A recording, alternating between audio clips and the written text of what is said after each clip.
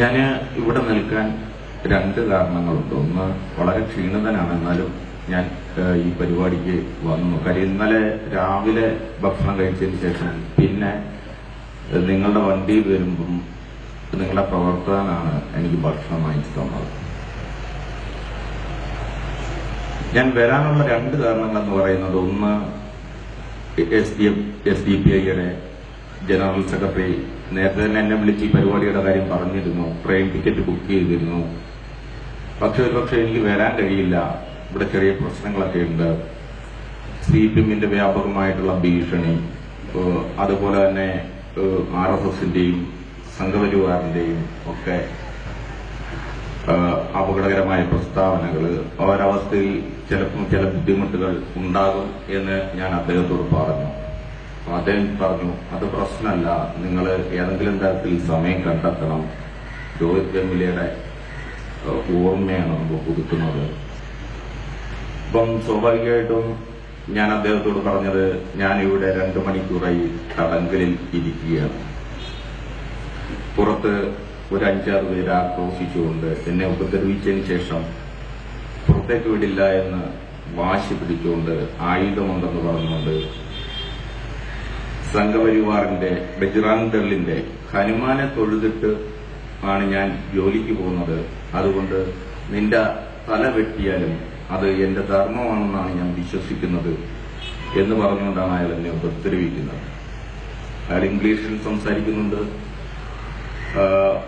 ഒരുപക്ഷെ ഇപ്പൊ എനിക്ക് ഈ വേദിയിൽ നിൽക്കാൻ കഴിയുന്നത് വളരെ മാന്യമായും സഹോദരനായും ഒക്കെ അദ്ദേഹത്തെ കാണുകയും അടി കിട്ടുമ്പോഴൊക്കെ തന്നെയും മോനെ മോനെ എന്ന് വിളിക്കുകയും ഒക്കെ ചെയ്തതുകൊണ്ടായിരിക്കാം കൂടെ നിന്നവര് എന്നെ ഉപദ്രവിച്ചില്ല. അത് ഞാൻ പരമാവധി ആ പ്രശ്നം അവിടെ തീർക്കാൻ ശ്രമിച്ചു. ഞാൻ പറഞ്ഞു വരുന്നത് അതുകൊണ്ടല്ല, അത് മറ്റൊരു വിഷയം. ഇത് നടന്നുകൊണ്ടിരിക്കുന്ന സമയത്ത് ഞാൻ കേരളത്തിലെ പോലീസ് കൺട്രോൾ റൂമിലേക്ക് വിളിച്ചു പറഞ്ഞിട്ട് പോലീസ് എത്തുന്നത് 2 മണിക്കൂർ കഴിഞ്ഞിട്ടാണ്. കുന്നമംഗലം പോലീസ് സ്റ്റേഷനിൽ നിന്നും പോലീസ് എത്തുന്നത്, അതിനുശേഷം കുന്നമംഗലം പോലീസ് സ്റ്റേഷനിൽ ഞാൻ വിളിച്ചു പറഞ്ഞു പോലീസ് എത്തുന്നത് 2 മണിക്കൂർ കഴിഞ്ഞിട്ടാണ്.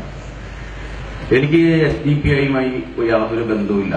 ഞാൻ കേട്ടിട്ടേ ഉള്ളൂ അത്തരത്തിലുള്ള ചില മനസ്സിലാക്കലുകളും മുസ്ലിം ന്യൂനപക്ഷങ്ങളോടൊപ്പം നിൽക്കുക, ദളിതുകളോടൊപ്പം പിന്നിൽ നിൽക്കുക, മുന്നിലല്ല പിന്നിൽ നിൽക്കുക എന്നൊക്കെ ആഗ്രഹിക്കുന്ന ഒരു മനുഷ്യനാണ് ഞാൻ. അങ്ങനെ അരികുവൽക്കരിക്കപ്പെട്ട എല്ലാ മനുഷ്യരോടൊപ്പവും നിൽക്കണം എന്നാഗ്രഹിക്കുന്നവനാണ് ഞാൻ.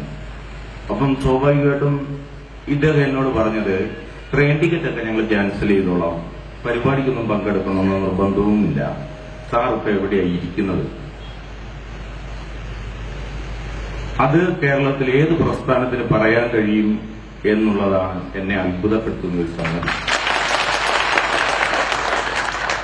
അത് പറയുക മാത്രമല്ല, 10 മിനിറ്റിനകത്ത് ഞാൻ ഇരിക്കുന്ന സ്ഥലത്ത് 3-4 ആൾക്കാർ വണ്ടിയിലെത്തി എന്നത് എന്നെ അതിനേക്കാളും അത്ഭുതപ്പെടുത്തി. തിരുവനന്തപുരത്ത് നിന്ന സാറിന് എങ്ങനെയാണ് 10 മിനിറ്റ് കൊണ്ട് ഇത്ര സംഘാടകരെ, അവരെ വിശദീകരിക്കാൻ തന്നെ ചിലപ്പോൾ സമയമെടുക്കും, ഇയാൾ ആരാ എന്താണ്. അതൊന്നുമില്ല, ഒരു മനുഷ്യൻ ഒരു പ്രശ്നം നേരിടുന്നു, അവിടെ ചെല്ലുക, അയാളുടെ നമ്പർ കൊടുക്കുന്നു, വിളിക്കുക, അയാൾക്ക് വേണ്ടത് ചെയ്യുക. ഇത്രയല്ലേ അദ്ദേഹത്തിന് 10 മിനിറ്റിനകത്ത് പറയാനും ഇവർക്ക് വരാനും ഒക്കെ ഉള്ള സമയം ഉണ്ടാവുള്ളൂ. അപ്പൊ അങ്ങനെ കൂടെ വന്നു എന്നുള്ളതാണ് എന്റെ ആദ്യത്തെ SDPI-യോടുള്ള ഐക്യപ്പെടലിന്റെ ഒരു കാര്യം. 2, ഇത് രോഹിത് വെമുലയുടെ വേദിയാണ്, ഓർമ്മ പുതുക്കുന്ന വേദിയാണ്. അത്തരം ഒരു